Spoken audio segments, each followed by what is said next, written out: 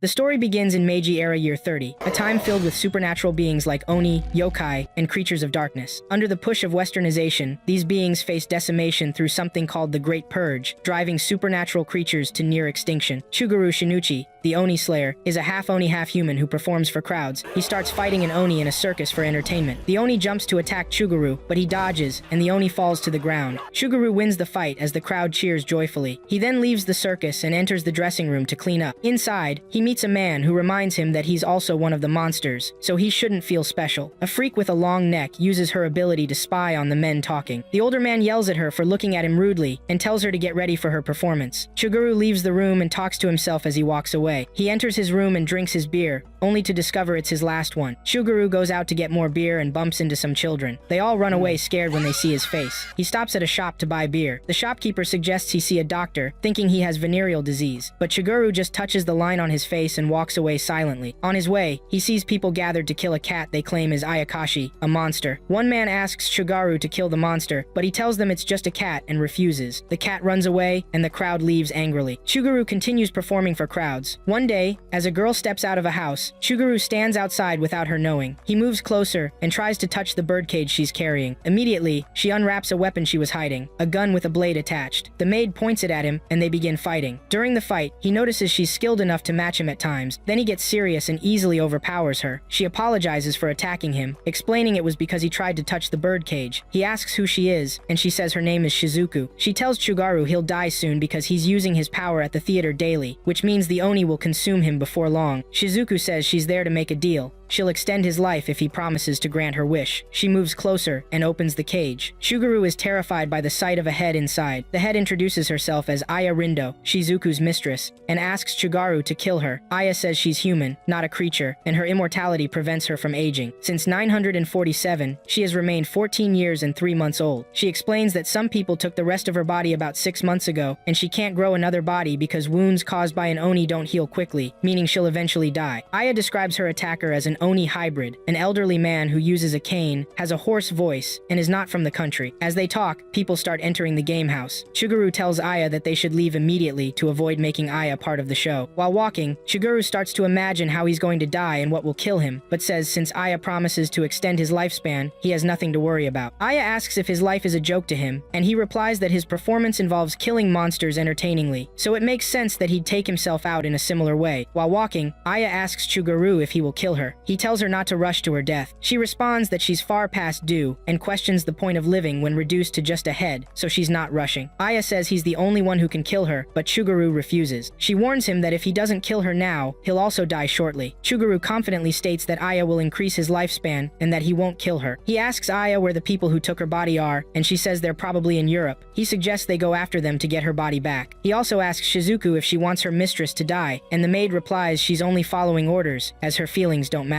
Chuguru tells Aya that the same people who took her body also took his humanity. He asks if his cane has the letter M engraved on it, which Aya confirms. Chuguru reveals he's the one who captured him. He suggests they go to Europe together. She has the brain to find the man, and he has the body to carry her there. The girls agree, so Chuguru asks how she'll extend his lifespan. Aya tells him he just needs to consume a part of her, not her eyes, ears, or brain, but something she can spare. They decide to seal the deal with a kiss. A vampire lord called Lord Jean-Duché Godard is seen in the bush aiming at an antelope. He shoots the antelope, but it escapes. He then runs after the antelope and kills it. With the antelope on his shoulder, he returns to his son, Raoul, and they head home. He tells his son that they've treated them harshly ever since Count Dracula was taken out, so they all must get along with humanity from now on, whether they like it or not. In their mansion, Raoul tells his father to get the weapon they took from a hunter out of their storage room, and asks why they have to keep something so dangerous in their house. His father declines and says that rather than falling into another hunter's hand, he will make sure it's locked up, so Charlotte doesn't play with it. On getting to the storage room, he noticed that the lock on the door had been broken, and it appeared that they had an intruder. Godard sees a silver stake on the floor and immediately notices that it's their blood that's on it. He rushes out and asks Raoul to stay behind him and follow him. He calls out on his son, Claude, and his wife Hannah. His son answers him and asks what the matter is. Godard asks him if anything happens in the mansion. Alfred, his butler, runs to him on hearing his shouts, and Godard tells him that it looks like an intruder enters the house, but Alfred says he did not notice anything. Godard asks about his other family too. He runs upstairs and finds his wife Hannah in the pull of of her blood, brutally murdered with a silver stake. Reporters buzz around Godard in the morning, desperate for news. One of them says what happens is good, and then Annie, a 14-year-old girl, rushes out from the crowd and says, Lord Godard signed a written oath that he won't drink human blood. Another man screams at her that vampires can't be trusted. Lord Godard steps out of the house, and they all rush to him, asking him what happened. He then replies to only Annie that the incident is caused by someone discriminating against vampires, and in order to get to the bottom of it, he's going to hire a specific detective who has arrived from the east, which is Chuguru and Aya. Annie gets frightened after hearing about the people that will be coming. Chuguru, Aya, and Shizuku come down from their chariot, and the driver starts to argue with them about his payment. Chuguru tells the driver to get his payment from Lord Godard. The driver runs to Lord Godard to ask for his money. Chuguru tells Lord Godard that he'd like the driver to drive them back, so he should rest in the house, and Lord Godard agrees. Chuguru introduces himself as the cage carrier who comes from Japan. Lord Godard also introduces himself and his sons. Chuguru then tells Lord Godard that he's just an apprentice and that Aya is his boss. Aya says that she did not remember making him her apprentice, but just an assistant. Aya tells Godard not to worry, that she will track down who kills his wife. Godard then asks Chuguru where Aya is, and she opens the cage. Everyone becomes shocked and Aya introduces herself as a detective. She then asks Godard to tell her about how he finds the body. After talking about Godard's family, which includes Giselle and Alfred, two human servants, Godard discusses Hannah herself, including her love for fixing things up. Given vampiric bodies tend to disintegrate faster than humans, they only have a photo of the corpse to go on. Looking at it, Aya deduces that it was indeed a stake that killed her. She bled less from the left instead of the right side of her chest, and she also seems to have been sleeping peacefully at the time, given the lack of surprise with her expression. The chair she's found in seems to have no discernible piercing marks though, and her hands and feet were unharmed, despite the potential presence of holy water thrown about after the murder. Some evidence is left behind though, coming in the form of a dusty, empty bottle. There's blood on the lid, and as for the silver stake, touching silver is prone to burn and singe vampire skin. If any vampire is burnt in that way, the regenerative powers fail to work, and it takes around a week or so to heal entirely. Only Alfred and Godard have keys to the storage room where the stake has been returned to. There's enough evidence and incriminating details left behind to question the notion of whether it is someone outside the mansion. But who could it be? Little Lottie shows up behind Chuguru while he's trying to count out Aya's deductions. As he turns to face the girl, she gets spooked and hurries away. After the credits, an intriguing scene sees a vampire hunter enter the scene, sporting a crossbow. Back in the mansion, it's dinner time and Chuguru is happily eating with the family. Aya and Shizuku keep their eyes on everyone, trying to find out anyone acting outside the ordinary. While there are questions around Aya's investigative keen eye, the driver asks Aya how she knows a lot about him and his wife. She starts analyzing the driver's clothes, which in turn makes her look at him and says his facial hair is unkempt, but the collar of his shirt is clean, and some of the buttons have been replaced, which shows that his wife regularly irons and mends it. She goes on and on about him and concludes that he hasn't drunk alcohol for a week because someone asked him to stop. The rest of the family asks Godard if he trusts Chuguru and Aya, and Godard says yes. Aya gets back to business and asks about the incident that happened. Godard explains that after dinner, his wife left to rest in her room for a bit. He went up to study during this time and started chatting to Claude. Nobody seemed to have seen Hannah after dinner. Charlotte tagged along with Godard and Claude and played with her dolls, and then they came down to the main atrium, where he and Lottie parted ways with Claude. Godard heads out to hunt, which is part of his usual routine on that day at that house, while Lottie is then with Giselle. Godard claims that nothing seemed to be amiss in the storage room during the evening, but it could well be that someone had taken something at that time. Raoul, as we know, was out in the forest with Godard. Claude leaves Charlotte with Giselle during this time and heads back to his room, where he reads alone. Aya asks Raoul what he was doing during the 30 minutes after he finished eating. They all flare up and say how Aya thinks one of them kills Hannah. Raoul says before going out to hunt he was in his room too, but he didn't seem to hear anything. Giselle, the maid, says she was cleaning up the kitchen and then went to the laundry room at 1 a.m. This is what she does every day, and as Lottie seemed bored at the time, she decided to sing some songs to her while doing the laundry. She went to the bathroom once during that time, where Lottie would have been on her own, but that's all. Alfred says he went down to the office in the basement and was adjusting Godard's schedule, but other than that he did nothing. He was by himself this whole time and didn't hear any noises. Curiously, Claude closes his eyes and shakes his head as Alfred says this, which is rather suspect. After hearing everyone's testimonies, Aya admits she's narrowed the suspects down to two people, Alfred and Claude. As she says this, Lottie spills her drink and rushes out of the room crying. With the dinner over, Claude catches up with Aya and Chuguru, pointing out that he didn't kill his mother and would happily snap Chuguru's neck if he gets the chance. When he leaves, Aya points out that she was paying attention to the hands of all the vamps at dinner, and they seem clean of cuts or burns. Remember, the silver stake leaves burn marks that don't heal for a while, so that could well mean that Alfred or Giselle is responsible. Chuguru and Aya head out with Godard to look deeper into the forest, where Godard points out that the way his wife was killed seems to hint at it being a vampire hunter responsible. Is this a deflection? Well, right now Aya is keeping her options open. While they discuss the Oni and the Immortal in the forest, a hunter suddenly smacks a crossbow bolt right into Godard's neck. He's not fazed though, and vows to strike fear in the man's heart. Godard immediately pins the guy down to the ground and demands answers, believing he killed his wife. But as he's just arrived in town now, according to Aya, he doesn't think it's possible. The hunter's items show he was in Berlin 3 days back, so there's no way he killed Hannah. His name is Joseph, and he's here to avenge Hugo's death. After hearing the man's account of everything, Aya decides to let him go, believing he's learned his lesson, and they no longer need to wander around the forest. They're going to go back to the mansion and crack this case once and for all. Inside Lord Godard's mansion, everyone gathers as Aya Rindo announces that one of them killed Hannah. Aya says after examining the crime scene, she's left with a few issues. First, both witnesses are lying, meaning they worked together on the murder. She determines the murder happened around 1 a.m. Aya explains that the murderer likely used a hammer on the silver stake with something between them to muffle the sound. Since there's lots of blood on the murder coat, Hannah was killed with nothing blocking the blood splatter. The immortal notes that the murderer held the silver stake and stabbed Hannah directly, which is why no one heard anything. A hammer couldn't be used because it would break the stake, meaning the murder weapon wasn't actually silver but something else. When Lord Godard asks for clarification, Aya explains that what he saw was just a silver stake covered in blood. The real murder weapon was fragile enough to break if hit with a hammer. She also points out the bottle at the murder scene looks dusty outside but dirty inside, suggesting the murderer left it to make it seem like holy water was splashed around. However, there were traces of holy water on Hannah's body. Aya reveals the murderer froze holy water to create an ice stake, stabbed Hannah while she slept in her armchair, and then the stake melted from body heat. The melting holy water soaked her clothes and burned her skin. The killer did this to create an alibi. To solve the case, Aya lists 5 criteria. The murderer must lack an alibi for when the murder actually happened, must appear unable to commit the crime due to an arranged alibi, must have had time to move around later, must be strong enough to break a lock and stab someone, and skilled enough to murder without a vampire noticing. Only the 2 servants and Raoul lack alibis. Of these 3, only Giselle and Raoul meet the second and third conditions, but only Raoul satisfies all 5 criteria. When Raoul denies it, Aya points out that no one has burn marks from handling silver, which they'd need to stage the scene. Raoul attacks Aya, but Chugaru grabs him and kicks him through a window. Aya tells Lord Godard that Raoul's motive was his opposition to being a human alibi, and evidence can be found in his room. Outside, Raoul confesses he did it to change his father's attitude toward humans. He threatens to kill everyone, but Chugaru defeats him. When Chugaru returns, Shizuku tells Lord Godard their job is done and they're leaving. Before departing, Aya describes a man in his 70s with a prosthetic leg and black cane. Lord Godard says this professor visited days ago. Aya reveals this man has the rest of her body. A man is seen tied to a chair and Arsène Lupin calls him Eric and asks him how he's doing. Eric asks him how he knows his name. Arsène Lupin tells him about his background and how he was born with white hair and a disfigured face. He continues to tell him about where he lives and every information he has gathered about him. He tells him about how he's popularly known as Phantom of the Opera. Eric asks about the place and the man says he calls the place Le Guy Cruz. Phantom asks why Lupin has kidnapped him. He says he has a job he wants him to do for him in London. Phantom asks him what he plans to steal. The man says, the penultimate night from Phileas Fogg's mansion. A train arrives at the train station, and a voice talks about Arsène Lupin, a famous thief from France, and how he sent a warning letter to Phileas Fogg's mansion. Annie gets a copy of the newspaper and reads about how every detective wants to be hired to foil Lupin. At Albert Horn Walking Stick Shop, the waiter asks Chiguru if he would like to order anything, but he says it's Aya who wants to place an order. Shizuku tells Aya that the list of clients is stored in the drawers. The waiter asks who they're talking to. He exclaims at the sight of Aya. Chugari carries the birdcage as he walks along the street with Shizuku. They were suddenly stopped by 2 men who ask them to give him the list they took from Horn. Chuguru gets prepared to fight when the police arrive and arrest them all. At Fogg's mansion, a chariot arrives and they all get down from the chariot as Annie spots Sherlock Holmes, Dr. Watson, the cage user, and Miss Aya Rindo. Inside the mansion, a man welcomes them and introduces himself as Passepartout, the family butler. After observing the building, Sherlock asks how Lupin plans to infiltrate the building. Eric walks into a room and tells Lupin that he has gone to the Fogg's mansion and it has been closed to the public and has tightened their security. Lupin asks about Holmes and Eric says he's there with other groups. Eric tells Lupin that everything is happening because of the warning he sent. Inside the mansion, Mr. Fogg addresses them all and says he believes Arsène Lupin is threatening as a monster. He says he got the information that Lupin has the help of Phantom. Dr. Watson and Holmes ask about what the penultimate night is. Passepartout says it's a rare diamond of 80 carat. He also tells them where the asset is located. Lupin and Phantom are seen discussing their mission and Master Fogg's security. Phantom asks Lupin about them. He replies that they are professionals who will do anything to protect their clients. Inside the mansion, Mr. Fogg takes them to see the diamond. They arrive at a door where Mr. Fogg calls the Chamber of Additional Crimes. He opens the locks to the Chamber of Additional Crimes and they all walk in. He unlocks the box and shows the diamond to them all. Mr. Fogg tells them about how he got the diamond from his German friend, and how it takes him 10 years to unlock the box. Sherlock Holmes says he understands why Lupin wants the treasure because it is one of a kind and vows to protect it with everything. A man is sitting at a dining table with 2 other people as a man brings a newspaper to him. He reads the contents of the newspaper and says he has to go visit an old friend. Holmes talks about all the possible ways Lupin can use to evade the building and get away with the diamond. After looking at all the possibilities, they all left the chambers of additional crimes. As they walk along the mansion, Chuguru asks Aya if she has a plan and she affirms. It is a bright day. Chuguru and Shizuku are sitting on a bench in a park. Chuguru tries to grab something to eat. Shizuku says since they still have enough time to go, what would Aya like to do? She says she would like to visit Madame Tussauds wax museum. Dr. Watson walks into a building. Lupin disguised as Holmes asks Dr. Warson about his plans for tonight. Mycroft walks into the room and says the man sitting on the chair is not Holmes. Sherlock Holmes walks into the room and looks surprised at what is happening. Lupin takes off his mask after his cover has been blown. Chuguru and Shizuku walk along the street. He says after coming to London, they have to visit some wax museum. Shizuku says the museum has a special exhibit called Chambers of Horrors that features a gruesome simulacra of humanity. Chuguru tries to talk to Aya Rindo, but he doesn't get any response. He takes off the cloth covering the cage and discovers he has the wrong cage. Still, inside the building, Dr. Watson tells Lupin that what he's after is heavily guided in an underground vault. Holmes says Lupin has no chance of stealing the treasure. Lupin asks Sherlock what the most defining feature of a lock is. Lupin opens the window of the room and says he will see them later at night and falls off and lands on a chariot. While walking along the street looking for Aya, Annie sees Chuguru looking so sad and he asks her if she has seen Aya around. Inside Dr. Watson's office, they are talking about the driver of the chariot that took Lupin away. Dr. Watson says the driver is concealing the right side of his face and says it is Phantom of the Opera. Dr. Watson asks Sherlock Holmes why Lupin has taken time to come see him. He says it may be because they both share something in common. Mycroft tells Sherlock to be wary of the Royce agents. He says they both share the same goal of protecting the diamond. Mycroft says he's sure the Royce agents have other motives and warns Sherlock to be careful. On the street, a man throws a cage off and Aya falls off the cage. The twin agents drive past the street and bump into Aya Rindo. She asks for their help, but they have other plans. Shizuku is sitting next to Lupin as they drive around the city looking for Aya. Suddenly, Shizuku spots Aya in the back seat of the twins' chariot. She turns the vehicle and tells Phantom to chase after the twins. Chuguru and Annie found a cage on the street, but Aya Rindo is nowhere to be found. They both talk about where she could be. A vehicle moves past them at a high speed, and Chuguru sees Shizuku with Lupin in another vehicle. He spots Aya in the first vehicle and jumps on the roof to rush to her rescue. After he saves Aya, she can tell the man Shizuku has been riding with is Lupin. At Mr. Fogg's mansion, the butlers give a letter to Sherlock that Aya has decided to guide the rooftop. Mr. Fogg and the rest all converge at the chambers of additional crimes, waiting patiently for Lupin to appear. Shugaru is on the rooftop and suddenly they hear a strange sound. Mycroft receives information that someone has infiltrated the north building and a guide's uniform has been stolen. Inside the chamber of additional crimes, Sherlock takes out his gun, destroys all the locks, and says Lupin won't be able to get through to them. Mr. Fogg looks at the time and tells Holmes and Watson to keep their hands on the safe. Suddenly there is turbulence in the building, and water starts to enter the room through the rooftop. Mr. Holmes says Lupin got them because they won't be able to protect the box underwater. Back in the room, Reynolds asks a guard what the men in the basement want them to do. He says they want him to break through the wall of the basement. Fatima asks Reynolds what they need to do, and Reynolds asks her to go, and he will keep to the plan, so Fatima rushes out of the room. Down in the basement, they're all trying so hard to survive the water, and suddenly, the water starts to go down. Fatima shoots the basement wall from outside, and the water starts flowing out. After the water has gone down, they discover the box is gone. Dr. Watson speaks angrily and says this is his 11th loss. He asks how Lupin gets the locks because they couldn't get out of the room, and the safe was underwater. Fatima says he may not have completely gotten out because the entrance door is blocked. They all move out to warm themselves. While cleaning their body, Holmes walks up to Mr. Ganimard and asks for his handcuff. He brings it out and turns Mr. Ganimard over and pins him to the ground, handcuffing him immediately. Then the man says that Mr. Ganimard is Arsène Lupin. Mr. Ganimard stands up with the handcuff and asks how he figured out about him because his disguise is perfect. He replies that his footsteps were light when he crossed the bridge and tells them all of Mr. Ganimard's secret plans of how he disguises himself as a thief. Mr. Ganimard stands up and removes his disguise, and they all look so surprised to see Lupin. Holmes tells him that he may have taken the safe, but not the diamond. He also says that one of Mr. Fogg's handmaids delivered it to Baker Street in the afternoon, so the diamond is back at Baker Street, and reveals that all that is in the vault is his tobacco box. Upon hearing that, Lupin drops a smoke grenade and runs away with the diamond. The whole mansion turns into chaos as they continue to find Lupin. He disguises himself as one of the guards and escapes from the mansion. Arsène Lupin is a great thief in France, but in Japan, they have Nezumi Kozo, Jinai Kosaki, and the most famous of all, Goemon Ishikawa. There's this story about how Goemon Ishikawa was captured in Kyoto's Fushimi Castle and sentenced to be boiled to death in a cauldron. That's all people ever talked about, which was no fun for his lackeys. So, they decide to steal every single pot and cauldron throughout Edo, causing all kinds of trouble. Lupin walks up to Phantom and shows him the diamond together with the safe. As they were about to open the safe, Shuguru hit them in the face from the sky. It's Aya inside the safe. She introduces herself as a detective who specializes in monster, which is why she asks Chugaru to follow him and lose on purpose, and to also put her in the safe instead of the diamond. Aya asks him if he can prevail against Shuguru and Shizuku. He says that he has Phantom of the Opera on his side. As he turns back, he discovers the Phantom has disappeared. As Lupin prepares to fight Shuguru, Reynolds appears and says he is going to take them all out with one strike each. Suddenly there is a sound of turbulence and a voice says the bridge has broken. Shuguru says without the bridge they won't be able to leave. A guard holds a lamp and tries to warn the rest that there are multiple intruders, but he gets killed.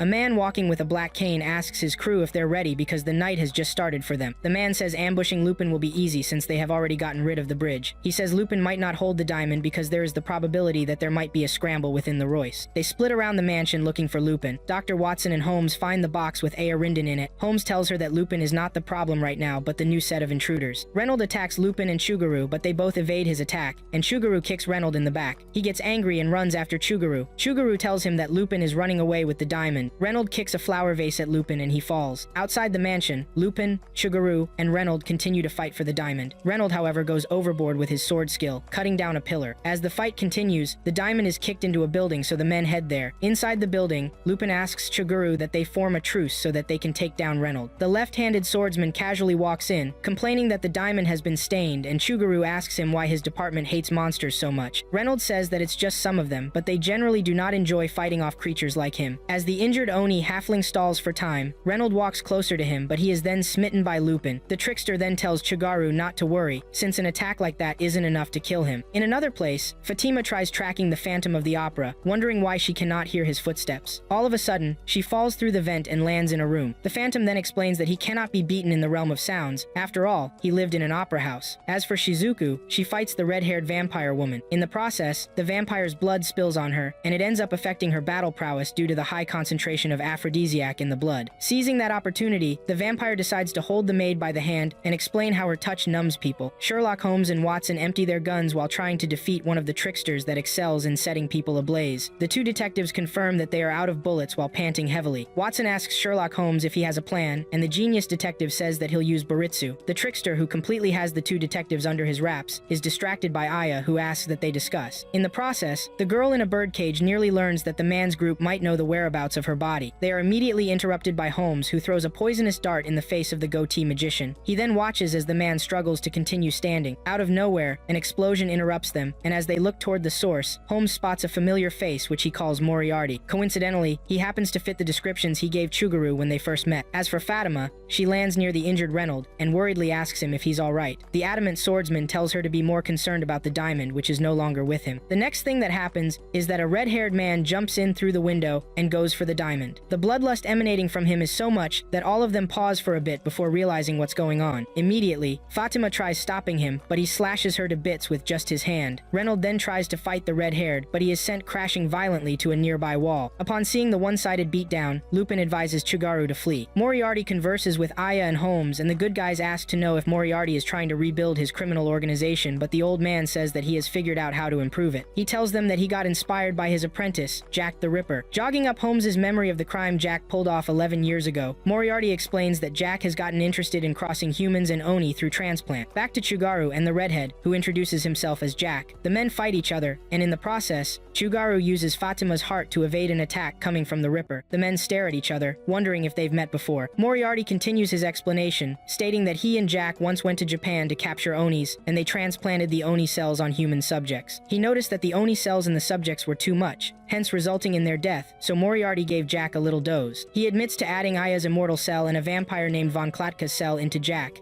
transforming him to be the ultimate monster. Jack continues fighting Shugaru and overpowers him by a margin. After flinging the blue-haired man away, he notices his wound does not heal, so he puts 2 and 2 and concludes Shugaru to be the test subject that escaped after surgery, calling Shugaru number 9. Finally, Shugaru recognizes Jack and says he has been chasing after him and Moriarty. Jack then asks him why, but the unserious man jokes at the last minute, so Jack walks out of the building while holding a flare which he shoots into the sky. Meanwhile, Shizuku struggles with the vampire and manages to stab her. Pissed, the vampire prepares to attack the maid, but as soon as she sees the flare, she hurriedly leaves. Moriarty tells his party members, Victor and Alistair, to leave since Jack's flare has been shot, indicating that he had gotten the diamond. Angrily, Holmes declares that he'll tear down the organization. Before Moriarty takes his leave, he tells them that the name of his organization is Banquet. Shugaru and the detectives gather in a room, and Shizuku struggles to meet them. Holmes then informs the party that Lupin must have escaped through the waterway. As the party speaks of the diamond being missing, Shugaru says he has an announcement for them. Meanwhile, the banquet gathers, and the members have a toast. Moriarty then instructs Jack to show them the diamond, and as soon as he checks his pocket, he sees that it's missing. At Holmes's base, Shugaru reveals the diamond to them and hands it over to Mr. Fogg. The old man wonders why the gem caused them much trouble, but Holmes says that they should crack the code engraved on it. Aya recites the words written on it and informs them that she has cracked the code. Moments later, the party stands outside, and Aya instructs Shugaru to place the gem under a lamppost. As soon as he does that, the word Fangzanwald appears in the gem. It is a place of werewolves. 8 years ago, in a dark forest, a girl named Judah was hunted alongside her werewolf mom by humans. After managing to get to a house, the mother wolf explains to her daughter that humans are scared of them and that is why they hunt them. Within minutes, the house is set ablaze, and the wolf is left to act as a meat shield for its child. Amidst the flames, the house collapses, revealing the werewolf. Shugaru and his group walk in the mountains. He starts acting like an entertainer as he wonders how they are going to meet with the werewolves. Aya then tells him that she met with one 150 years ago. It happened when all the monsters were gathered, and it was then she learnt of it. Aya notes that they are so strong that they are bullet resistant. Shugaru then wonders if they have a weakness, and Aya believes that dog weaknesses will work for them. Not too far from them, they spot a man calling for Louise. He spots them, and they ask him if he knows Hoylendorf.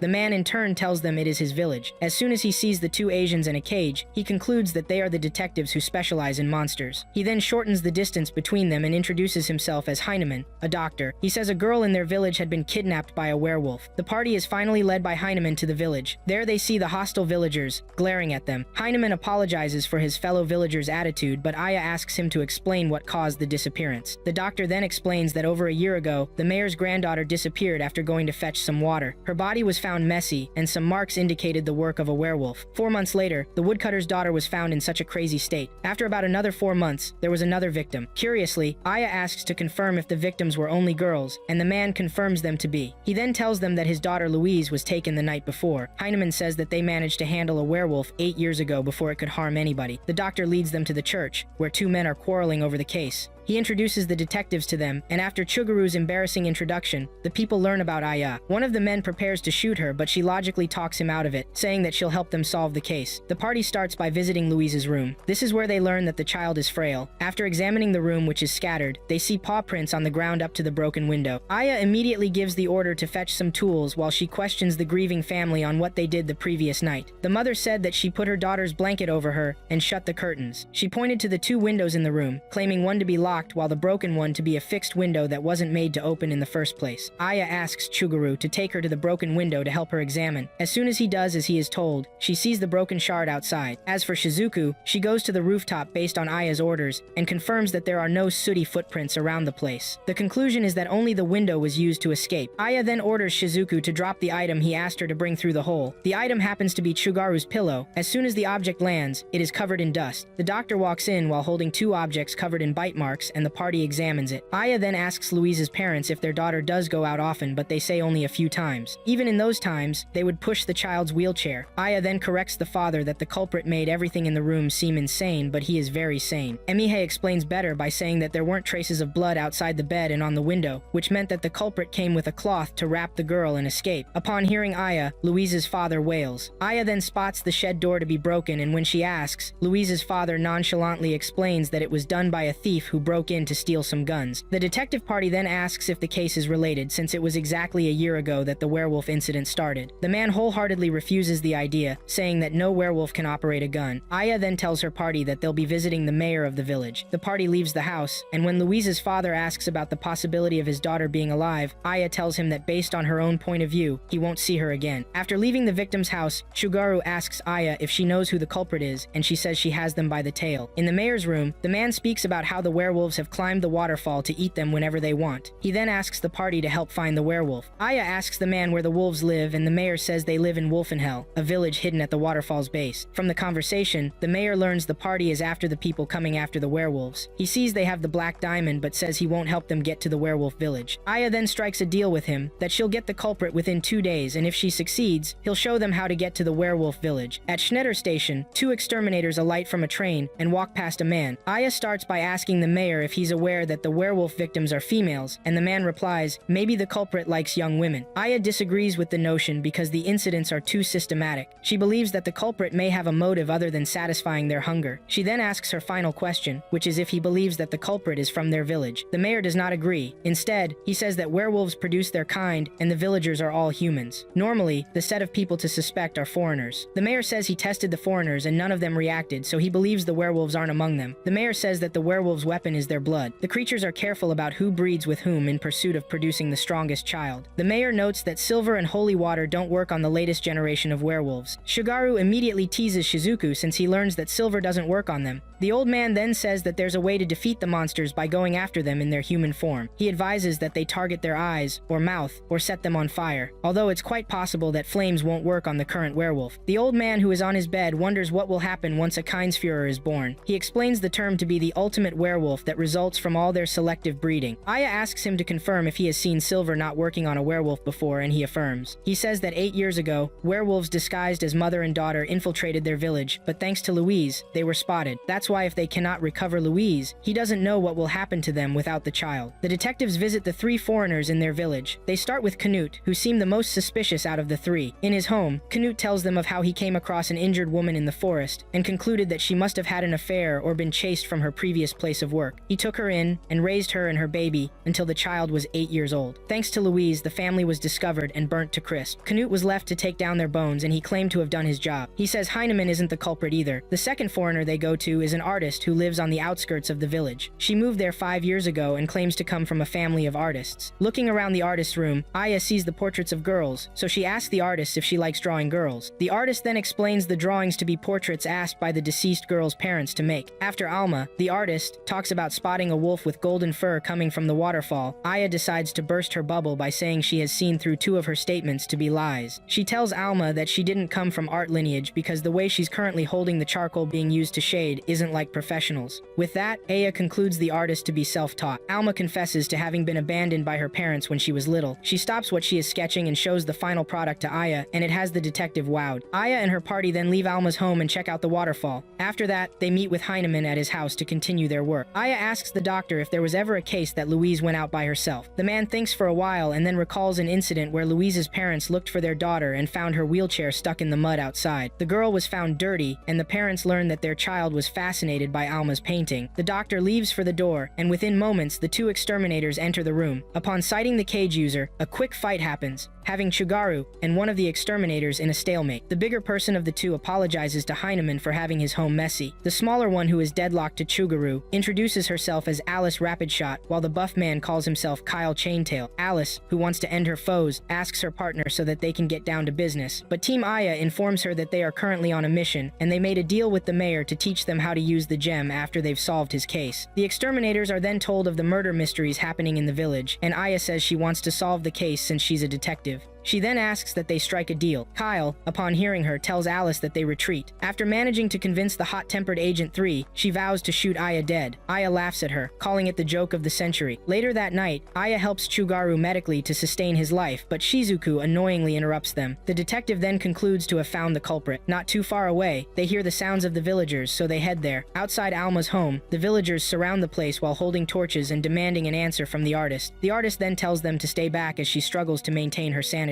Louise's father then asks about his daughter, but the artist says she's had her for a snack. Alma finally loses control and transforms into a werewolf before coming out of her house. Alice, who happens to be at the scene, immediately shoots the werewolf with a silver bullet, but it has no effect. Immediately, the werewolf runs into the woods. Chuguru follows the creature while holding Aya, and then tells her that she must have gained weight, which truly seems strange. They get to the opening close to the waterfall, and Shizuku shoots the beast, but it doesn't have any effect. In turn, Chuguru gives her Aya to hold while he prepares to battle the werewolf. Within seconds, the fight kicks off, and Chuguru isn't able to keep up with the creature in terms of speed. When the wolf finally bites him, he lifts the mutt and flings it, showcasing that they are equal in strength. Immediately, Chuguru tells Shizuku to aim for the creature's eyes, and she charges at it with her weapon. Unfortunately for her, the werewolf evades her shot and dashes to where Aya is. It then tosses the cage into the waterfall, but Shizuku rushes just in time to save her mistress. In the process, she falls into the water while Chuguru catches Aya. In a certain place, on a watchtower, a lady from a particular tribe goes against her people. She sticks to the top of the watchtower and doesn't see any shame in following her heart by running away. The village head scolds her, telling her that she's the priestess, but the lady refuses the role. The old lady strikes her stick to the ground and the people around her crash the tower. The next day, in the church, Heinemann treats Chuguru's wounds, and the exterminators come in. Alice is pissed after searching all night with zero progress in finding Alma. With the mayor present, Aya asks the man to fulfill his end of the bargain since they found the culprit, but Alice interjects, saying that Aya didn't find it first. The cage detective then reminds the blonde girl that she promised to take them with her. After all the pressure, the mayor tells them to take the penultimate night to the remains of the watchtower by dawn and point it to the sunlight with the poem facing its direction. Early the following morning, they do as the mayor instructed, and they discover the house of Fang. Chuguru uses the stone and sees the location of the werewolf village. As they head there, they're scouted by another party from behind. In another place, Shizuku wakes up in a warm bed and finds herself among strange faces. Realizing she's awake, a blonde girl among them wakes the other sleepyheads. She explains to Shizuku that she fell into the waterfall. The red wolf nearby transforms into a human after being told that Shizuku isn't the culprit they're looking for. Surprised, they learn that the girl is a human from the east. The leader, Nora, tells her to be careful since her people have heightened senses. Shizuku asks about the culprit they're searching for and even promises to bring her mistress to help them out since she's a detective specializing in cases involving inhuman creatures. The Wolfkins curiously ask for the location of the maid's mistress, but as soon as they learn she's human, they cut off the idea and tell Shizuku it's better she leaves the village immediately. As a maid, she notices the crude tea the villagers drink, so she shows them how tea is made in her country, using it to thank them for saving her. The villagers try the tea and find it good. Shizuku thanks them and asks them to tell her what's happening in their village before she leaves. Nora puts her cup down and tells the maid that the killings in their village started a year ago. She mentions that 3 girls were brutally killed with a shotgun. The murders happened at 4-month intervals and on rainy days. Due to the rain, the Bloodcrawl couldn't track the scent. Confused, Shizuku asks what Bloodcrawl is, and Nora says they're the men of the village who protect them. She then hints that the culprit might be one of their own, but Nora orders the maid to leave. Just then, they realize the danger she's in and wonder how she'll leave the village unnoticed. The girls come up with a plan to help Shizuku escape. Outside, Shizuku hides in hay being pushed by Nora's friends. Suddenly, they realize the Bloodcrawl are nearby and wonder what to do. One of the men approaches them and smells the tea they had. Just when they're about to leave, the cart falls and Shizuku is exposed. Immediately, the men around them are alert and charge at her. Shizuku fends them off but finds herself surrounded. One of the Bloodcrawl asks her to explain herself, so Shizuku lies to protect the villagers who helped her. Suddenly, the old hag shows up and orders the death of the human in their village. When the situation escalates, one of Nora's friends tells the truth. Within minutes, Shizuku is put on trial, where she'll be taken down by the village elder. The more the maid defends herself, the more trouble she gets into. Suddenly, a gunshot is heard, and they all head in that direction. After entering the forest, they spot Nora's corpse on the ground. The Bloodcrawl smell around and confirm the scent of human blood mixed with Nora's. The village elder accuses Shizuku of killing Nora, but the villagers disagree. Nora's friends beg Shizuku to help, and she accepts. First, she asks the men to check Nora's clothes, and they confirm they're dry. She concludes Nora was shot right after putting on her clothes. As she wonders where Nora was moved from, some men spot markings near a wall indicating where guns were fired. Shizuku wonders why they only heard one gunshot. The Bloodcrawl leader asks if she knows where the culprit is, but the maid denies it. She tells him her mistress can solve the case, but the already angry leader declares no human will be allowed into their village. Somewhere on a cliff, Chuguru and the exterminators try to cross a narrow path toward the wolf village. Suddenly, they're attacked by Victor Frankenstein. The huge guy grabs Chuguru off the hill and descends. Alice gets knocked out, but is saved by Kyle, who uses his chain to grab her leg. As Victor comes down, Aya talks with him, and he mentions he felt the exterminators were bothering them. Chuguru tries to leave, but Victor stops him, demanding to know where the wolf village is. Victor tells them Carmilla is with them, so they can't do anything during the day. After hearing this, Aya tells Chuguru to tell Victor everything, and he does. Victor asks for the diamond just in case, but Chugaru lies about where it really is. The blue-haired man follows orders and leaves with Aya. Victor remembers what was said earlier and figures out that Chugaru manipulated them. At the wolf village, villagers are burying Nora in the cemetery, while Shizuku is locked up in a cell. Nearby, Vera, the red wolf, puts Shizuku's clothes across a path. He spots a man with a birdcage picking up the clothes and saying Shizuku's name. They meet and introduce themselves. Vera takes them to Shizuku's cell. After a quick reunion, they get down to business. Aya says she heard most of the story from Vera and learns it would be bad to break Shizuku out. She asks Shizuku to stay put while she solves the case. Aya and Chuguru arrive at the crime scene. The caged girl asks Chuguru to take her near the bloodstains, and he does. Despite Chuguru warning her that the werewolves are closing in, she tells him to feel the cone-shaped rock nearby. When Chuguru touches it, he discovers a secret compartment leading underground, helping them escape from the wolves. The group explores underground and finds the gun and cloth the killer used. Looking at the old shotgun, Aya concludes it was stolen from Louise's father's store. They leave and find another scene with a small pond and blood on the floor. They find an exit leading away from the wolf village to Louise's village. The doctor immediately spots them. Though surprised, he tells them Louise's body has been found. Aya asks the grieving parents if they always cared for their daughter, especially before she found Jude, the werewolf. This upsets Louise's mother, who breaks down crying and asks why they were punished. She admits they abandoned the child and faked it, but she was eventually found. Ironically, the girl who found her was revealed to be a werewolf by Louise herself. Aya tells the parents to give their child a proper burial. Chuguru takes Aya with him as they leave the forest. Aya says the broken window in Louise's room will provide the final clue. For now, she says he should return to Wolfenhell. They reach the underground entrance and go down. Outside, two agents stand above it. Alice tells Kyle to gather everyone in the village. Kaya returns to her room and finds her friends unconscious because of Carmilla. The vampire uses her aphrodisiac power on the poor girl, who immediately collapses. Outside the jail, Vera runs to the guards, yelling that Shizuku's gun is gone. The guard immediately transforms into a wolf and heads into the forest. Inside, Vera and Shuguru free Shizuku. The maid thanks the redhead, who acts tsundere. Aya tells them they'll wait for the right time to return to the village. She confirms the villagers' sleeping schedule and how they live alone. The Bloodcrawl gather and detect unfamiliar scents, so they go to kill all intruders. 3 werewolves challenge Chugaru one by one, but the experienced fighter defeats them all. On the other side of the village, humans fight and kill werewolves in their way. Shizuku, Aya, and Vera are at the village cemetery. Aya orders Shizuku to save Kaya, while the exterminators face Banquet. Shizuku enters a room and sees the female villagers asleep. As she spots Kaya, Carmilla speaks up in the room. With the stage set for the arch enemies to face each other, Alice confronts Alistair in a gun battle, while Shizuku immediately lunges at Carmilla's neck. Meanwhile, Victor is chained up by Kyle, a muscular guy who mocks Victor by calling him and the werewolves locomotive. Fortunately, Chugaru arrives to help Victor. He says he's there to repay a favor. The overconfident half-oni loses his balance and gets attacked by Kyle. Luckily, Victor helps him out and kicks Kyle in the face, knocking him unconscious. Chugaru takes the diamond from Victor and asks if he knows where Aya's body is. Victor admits her body is safe, saying Moriarty locked it up. He then tells Chuguru they'll be expecting him in London. Alice continues her shootout with the trickster, even getting her hat shot twice. She watches him carefully fire a gun and sees him fall. Meanwhile, Carmilla fights Shizuku, who apparently isn't wearing underwear. The crazy redhead uses her illusion powers on Shizuku, wrapping her in clothes before leaving. Shortly after, Shizuku wakes up and promises to catch the vampire next time. Alice goes to check the body where it fell, only to discover their roles are reversed, and she's left gasping for air. Alistair says he prefers to be called a magician. Back in the hut, Chuguru returns to meet Aya and asks if she's finished checking what she wanted to so she can reveal what she found. To his surprise, she tells him she has another job for him. Later, as the werewolves are about to continue fighting the humans, Aya yells at them to stop, announcing she knows who the culprit is. Shizuku raises the birdcage and walks to the space between the two sides. Aya then states that the culprit is someone who is Nora, Jute, and Louise. On top of the watchtower stands a golden-furred wolf. A single person had been playing multiple roles to cause trouble. Aya explains that in Louise's room, looking at the window confirms a therianthrope broke out, but there was no sign of anyone breaking in. The detective explains that Jutta and Louise look remarkably similar. She also reveals that the real Alma was killed and replaced by the same imposter. The child Nora was formerly known as Jutta. She kidnapped Louise about a year ago and started playing both Nora and Louise. Meanwhile, Louise was kept in the underground cave that connects both villages. What made the killings possible was that both races slept at different times. Aya says Jute hates both villages, so she planned to have them destroy each other. When Aya dug up Nora's grave and didn't find her body, she became certain who the culprit was. Nora acted as Alma and sent Shizuku to the wolf village, only to save her as Nora and have her brought into the village. Nora planned for Shizuku to be exposed and framed. While Shizuku was on trial, Nora went underground and murdered Louise. She mixed her blood with it to confuse the Blutkrau. She then fired a shot after finishing her mission to save Shizuku from being killed. After Aya declares that Nora's plan isn't complete, the werewolf apologizes to Vera and tells the village elder she's leaving. The old woman wails because their race won't be able to achieve the ultimate werewolf. Nora leaves and heads underground. There, she finds Chuguru waiting with chains. She tells him to let her pass or she'll kill him, but the stubborn Chuguru doesn't back down. Nora starts by howling, putting out all the lights. She attacks him, cutting his flesh in several places. To her surprise, Chuguru matches her strength and eventually overpowers her. As a result, Nora ends up chained like a dog. Later, Aya appears and tells Chuguru to release her. She explains in a roundabout way that she knew Nora was saving kids who were supposed to become priestesses from their village's fate. Chuguru frees the wolf, and she says she wants to go somewhere fun. The wolf says goodbye to Shizuku and asks her to teach her how to make tea next time they meet. Outside, Chuguru asks Aya why it took her longer than usual to solve the case. He sees through her and asks if she's trying to teach them all a lesson. He then tells her that Victor said her body is in London. He suggests they head back and regroup. Based on a rumor he heard about mountain climbers, Chuguru stands up and yells, "Yahoo!"